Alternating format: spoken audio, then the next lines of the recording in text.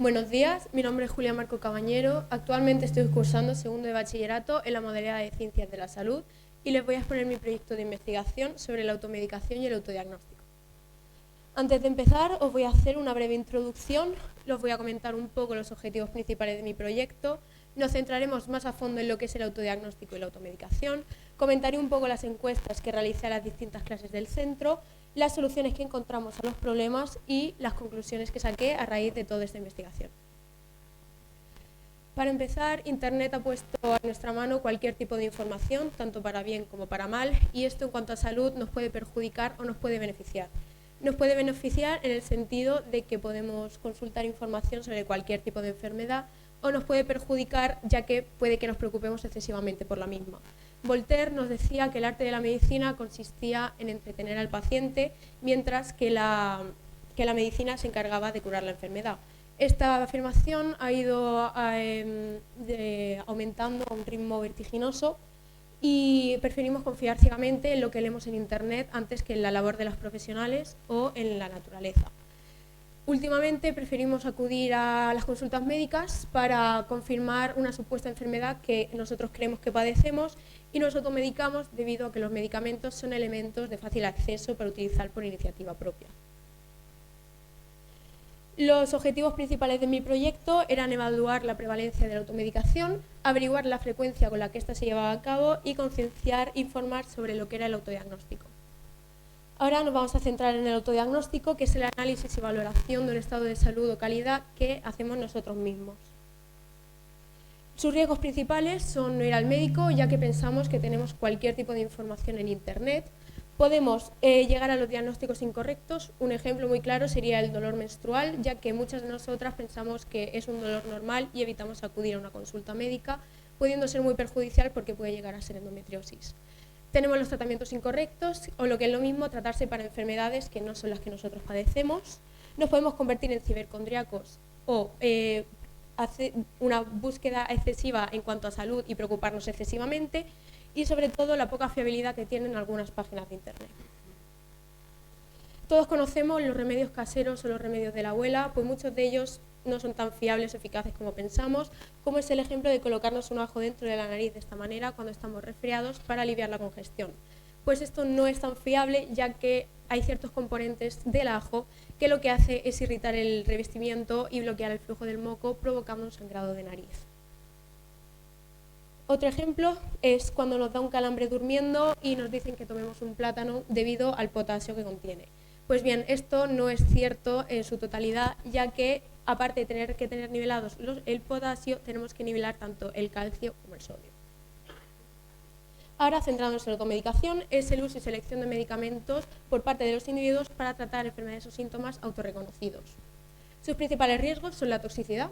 Pueden agravar la enfermedad que padecemos o facilitar su contagio, podemos llegar a generar una retrodrogodependencia al usar de forma prolongada los antibióticos o medicamentos y generar resistencia a estos, ya que generamos mecanismos de defensa haciendo que dejen de ser eficaces.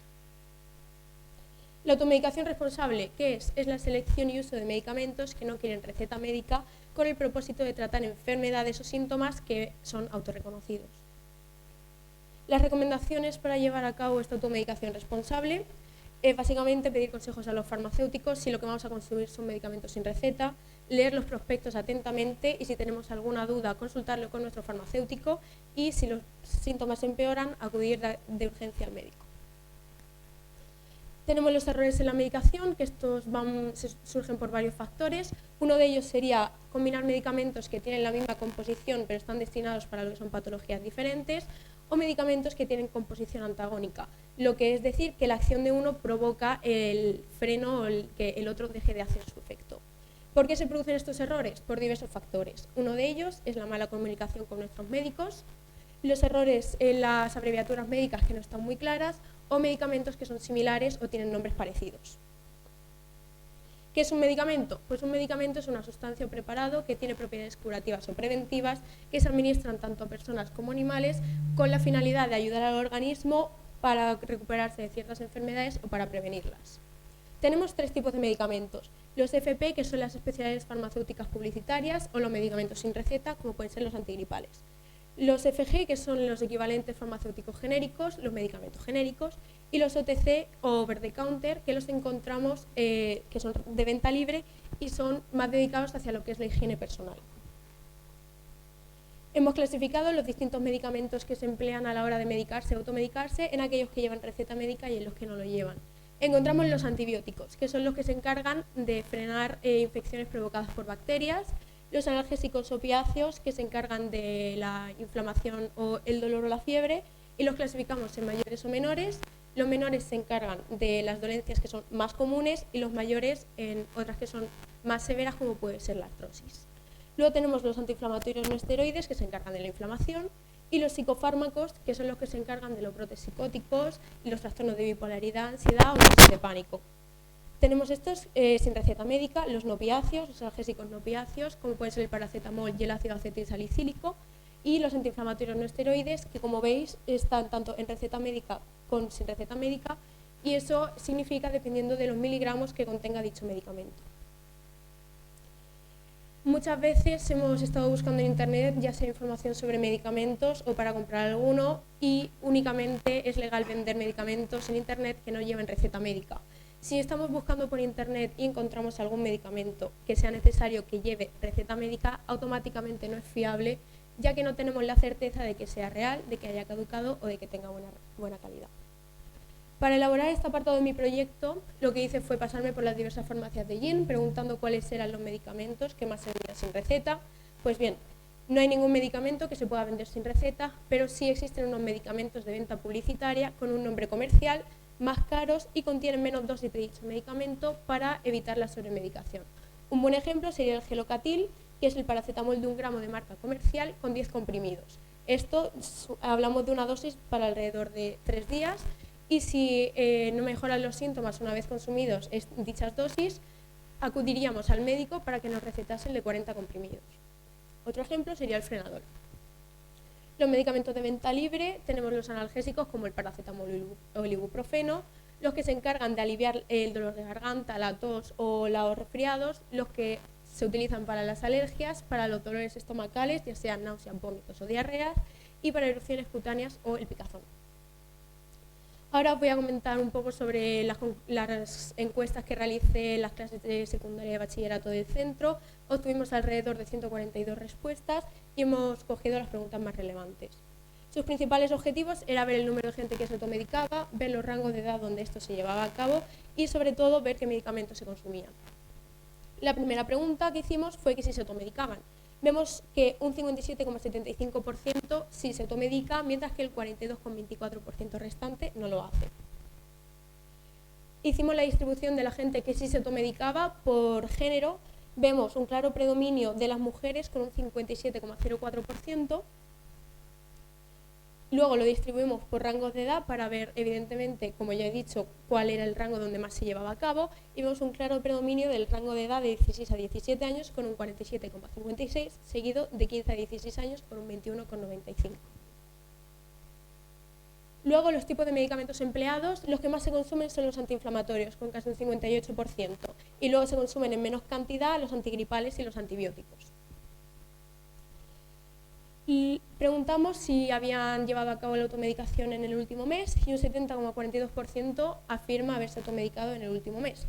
Entonces nos interesamos por ver cuáles eran los medicamentos que más se consumieron en ese último mes y vemos con casi un 71% que lo que más se consumieron fueron analgésicos. Preguntamos que cuando tenían algún problema de salud, a quién acudían, y vemos un casi empate entre el médico y los familiares, vemos un pequeño predominio del médico. Y también preguntamos dónde se obtenía la información a la hora de comprar o consumir medicamentos. Y la mayoría afirma ir a la farmacia con casi un 50%.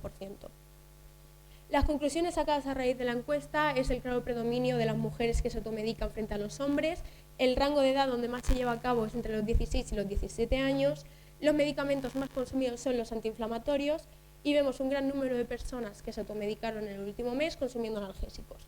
Acuden a partes iguales tanto a médico como a familiares cuando tienen algún problema de salud, incluso tienen la información de los medicamentos en las farmacias. Ahora, las soluciones a ambos problemas, tanto a la automedicación como al autodiagnóstico. En cuanto a la automedicación, lo principal es acudir al médico, concienciar en las redes sociales sobre lo que es la automedicación o los riesgos que esta puede tener debido a la influencia que tienen las redes sociales hoy en día. Promover que las farmacias vendan únicamente lo que son medicamentos con receta o concienciar bien e informar a la hora de comprarlos. Y educación en las escuelas sobre los riesgos de esta automedicación, ya que es algo que está muy normalizado, pero no tenemos la suficiente información sobre ella. Luego, en cuanto al autodiagnóstico, lo principal sería descongestionar el sistema sanitario, tener un fácil acceso rápido a las consultas, recibir información clara y concisa por parte de los medios sanitarios y, sobre todo, que aclaren el tipo de medicamento, dosis exacta y cuánto tiene que durar el tratamiento para la enfermedad que padecemos. Y ahora la conclusión de mi proyecto es el gran desconocimiento que hay acerca de la automedicación y sus riesgos. Sobre todo, el autodiagnóstico es demasiado frecuente, ya sea para automedicarse o para confirmar una enfermedad que hemos supuesto que padecemos. Los medicamentos que más se usan son los que alivian el dolor, la inflamación o la fiebre, y tenemos que tener cuidado con todo lo que tiene que ver con Internet y con salud, ya que esto nos puede perjudicar a nivel muy grande. Muchas gracias. Me gustaría agradecer a mi tutora Susana por estar siempre ahí y ayudarme a sacar el proyecto adelante, a mis padres y a mis amigos por ser mi apoyo incondicional y estar ahí para todo.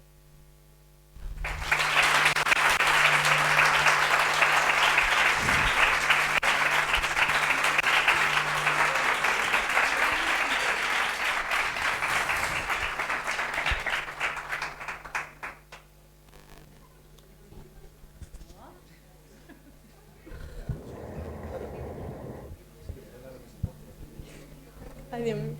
Buenas, Julia. Pues nada, que me ha encantado tu exposición, muy clara y muy interesante, ¿vale? Entonces, pues por hacerte alguna pregunta, ¿vale?